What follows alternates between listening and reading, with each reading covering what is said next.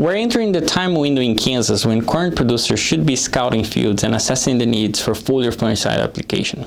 Hi, I'm Rodrigo Noff, row crop specialist at Kansas State University Plant Pathology Department. Today, I'm here to talk about four major corn yield robbers: southern rust, common rust, gray leaf spot, and tire spot.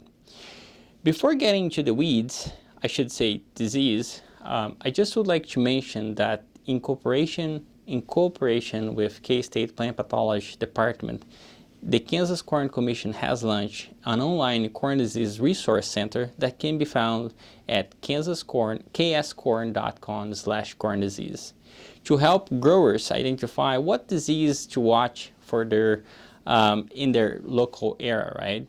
Now let's get to it. Several fields in Kansas are approaching the V10, VT tasseling development growth stage. Now is the time to be out scouting for the foliar fungal disease of corn: southern rust, common rust, gray leaf spot, and last but not least, tire spot. Southern rust scouting, what should we be thinking, right? Southern rust is typically first reported in Kansas in mid-early July. Pustules appears on the upper side of the surface of the leaf, unlikely common rust that can be found on either sides of that leaf. The pustules are scattered on the leaf surface and the spores appear orange and rub off on fingers and clothes as well.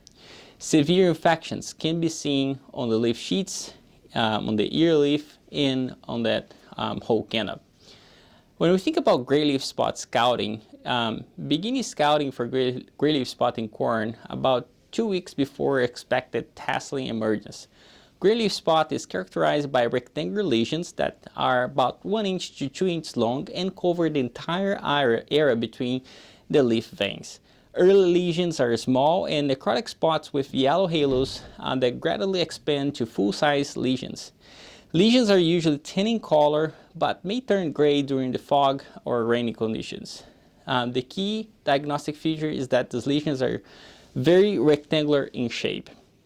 Tire spot scouting. Now, when you think about tire spot, especially now because it's active on that northeast part of the state, in Donovan County and Brown County as well. Tire spot lesions are black, raised, and have round elliptical shape. Susceptible corn hybrids may be at particularly higher risk for yield and silage loss compared to tolerant hybrids. For confirmation of tire spot, please submit your samples to the K-State Plant Diagnostic Lab. Now let's talk about some of the factors that influence corn response to fungicide applications. Research clearly demonstrates that the single best time to apply a fungicide for corn gray leaf spot and as well tire spot is from that VT to R1. First applications for tire spot disease management should be V10 to VT, but not before V10. And if needed, a second application should be considered between that R1 and R3 growth stage. A single application at V6, V8 will not hold up against late season pressure. A VT to R3 growth stage fungicide may be also provide a protection for southern rust. Keep in mind that some fungicides are good to excellent for gray leaf spot that are also very good to tire spot and southern rust as well.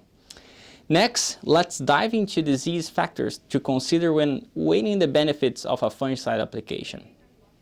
Number one, susceptibility level of corn hybrids.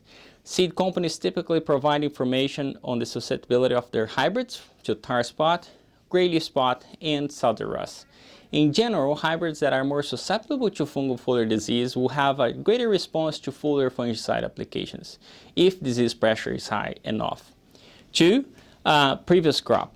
Because tire spot and gray leaf spot survive in corn residue, the risk of this disease increase when corn is planted back-to-back into fields that were corn in the previous years. Fields with history of both disease should be close scouted. Southern rust, on the other hand, blows from the south every year, and it's important to watch for regional updates about southern rust pressure in the southern states. Three, the weather. Rainy and or humid weather generally is most favorable to gray leaf spot and tire spot. And in growing seasons when these conditions prevail, right, the risk for disease development increase. Southern rust is favorable by warm days and nights above 80 degrees and high relative humidity. Tire spot likes those more mild conditions, 60 to 73, high relative humidity, and prolonged leaf wetness period. Number 4, field history. Some field locations may have a history of high foliar disease severity. Fields in river bottoms or low areas or surrounded by trees may be more prone to have a gray leaf spot than the other disease. If no disease is present or pressure is low, I recommend holding off on that first application to VTR1 in case some other disease will begin to develop as the seasons progress. Data suggests that late application than R4 or below that V10 will be hard enough to pay that return of investment, right? Last but not least, how can we distinguish between gray leaf spot and bacterial leaf streak? So bacterial leaf streak was first identified here in 2016 and is already active in a lot of the western part of the state. While it lost potential for this disease remains unknown for us, we do know that it can be misidentified as gray leaf spot, resulting in unwanted fungicide applications. Fungicides will not have any efficacy effect on bacterial leaf streak, and remember that gray leaf spot typically has those very sharp edges defined by the leaf veins, where bacterial leaf streak will have more of that wavy edge that can cross the leaf vein. Also, if you get the bacterial leaf streak leaf and put against the light, you see the bacterial leaf streak lesions. It's more like a translucent lesion in comparison with gray leaf spot. Stay tuned for more information and reach out if you have any questions. Thank you.